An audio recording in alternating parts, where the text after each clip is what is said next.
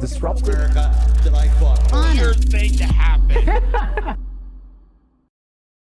Hello, one and all. Welcome to this edition of Kitz Corner. Hope you're having a fantastic day so far. So we knew this day was coming, folks, with the announcement of Bill C-18, which is another tactic of the Liberal Trudeau government to censor out more Canadians out of important information.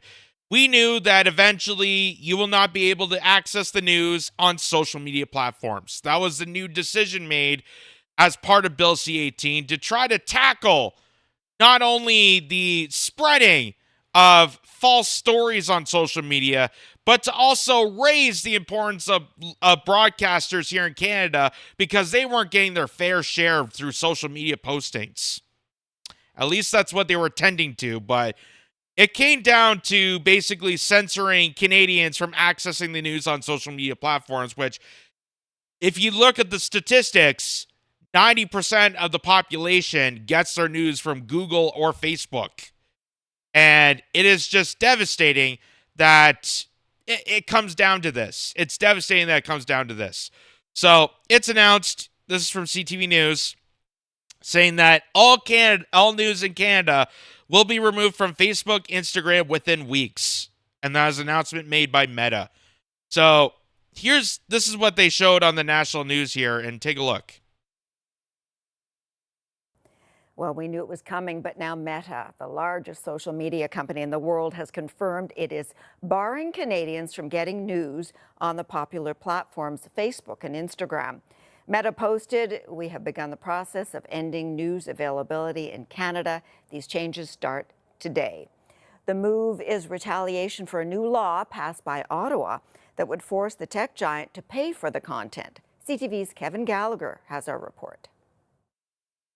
Millions of Canadian Facebook and Instagram users soon won't be able to see news from domestic or international sources, as parent company Meta is following through on a threat to boycott the Online News Act. We've got just an abject failure in terms of legislation that was supposed to be helping the industry and in many ways will represent a massive setback. Bill C-18 received royal assent in June and is It was never intended to help the industry.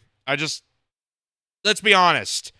Any bill that is passed through this regime is never intended for the good of the intentions. There was no good intentions with these bills passing. C-11, same thing. They were trying to promote Canadian content on all the social media platforms. What is that doing? Censoring small creators like myself. Okay? That's not good intentions. That's not the original thought process of it. But that's what it came out to be because a bunch of lobby groups and a bunch of elitists and the Trudeau regime, authoritarians, gathered together to massively censor out Canadians. And just like they're doing with this bill. Supposed to force tech giants Meta and Google to compensate Canadian news organizations for links shared on their platforms. While the law isn't in effect yet, the new Heritage Minister, Pascal Saint-Onge, says Meta is showing bad faith by not negotiating. This is irresponsible, Saint-Onge said. They would rather block their users from accessing good quality and local news instead of paying their fair share to news organizations. I don't think they want. So, again, this is the thing I don't understand about all this. So, they're saying that because people are sharing, say, this article from CTV News, as I'm doing it right now, it's not getting them good enough revenue at CTV Bell Media. But my thought process as a consumer, as a Canadian, is I'm promoting the website of CTV News by sharing articles, by sharing that information so that people can go towards those websites and then they build revenue, they build viewership. I thought that would be a good thing. But apparently they're like, no, you have to pay your fair share. And that's what started this whole debacle. And I think both sides are at fault of this. I put the blame mostly on the government for introducing this law and making it just as worse as it is. But also Meta for the fact that, they're just saying, oh, well, we're just going to cut you right off. So it's a lose-lose situation for majority of Canadians that access their news through social media platforms. want to get out of the news business. I think they don't want to be told what to do by a democratic country like Canada. Meta contends it's being treated unfairly and that news is only a small portion of its revenue. News outlets voluntarily share content on Facebook and Instagram to expand their audiences and help their bottom line. I think it's a wake-up call to news organizations to build your own audience and not to be reliant on Meta. Facebook blocked news in Australia protesting similar legislation 2 years ago. After fierce public pushback, the web giant and the government struck a deal. Are people going to get angry at the platforms, at Meta, or are they going to be more of the view that the government should back down? Google has also threatened to block news content to Canadians when the law comes into effect. But unlike Meta, it is trying to negotiate a deal with the government, Sandy. Thank you. Again, lose-lose situation. But I do have to say, it does pave a way for people like me.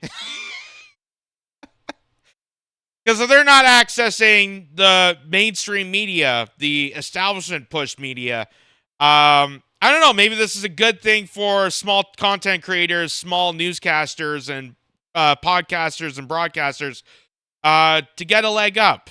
That maybe people on social media are going to access more of that content and deter away from, CTV News, CBC, ABC, so on and so forth.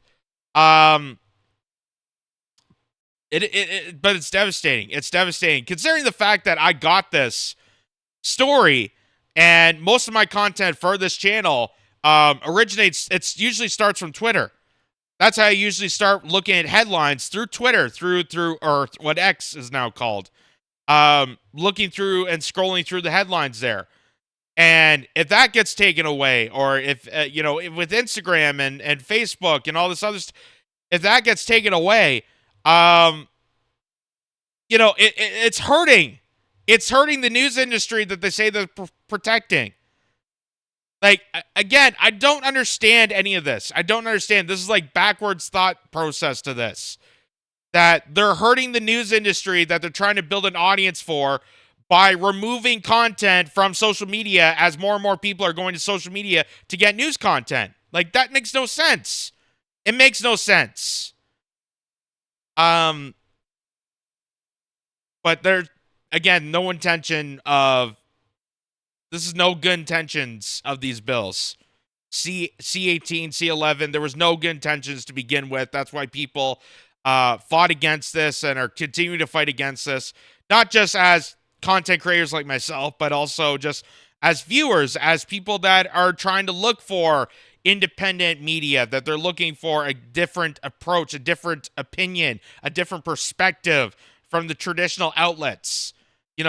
They don't want this to happen, especially coming from Canada, which is supposed to be a multicultural, diverse nation, and we're not having diversity of thought. We're not having diversity of media. We're not having diversity of press, diversity of opinions. We're slowly eating that away by more and more of these liberal government bills and tactics that they're imposing on us. And it's just, it's not doing good. It's not doing anything for the greater good of this. So, Meta's in the wrong here. The government's in the wrong here. Justin Trudeau's definitely in the wrong here. And it's hurting more the industry than they're trying to protect. So, maybe just consider that as they're trying to move forward with more and more of these censorship bills, which, again, this is the longest running battle of humanity, is, governments and higher ups and the oligarchy continuing to put censorship tactics on the rest of us because they don't want us informed. They don't want us to be informed, knowledgeable about situations, because an informed, knowledgeable populace would go against the oppressors, would go against the people that are oppressing us. They want us in the dark.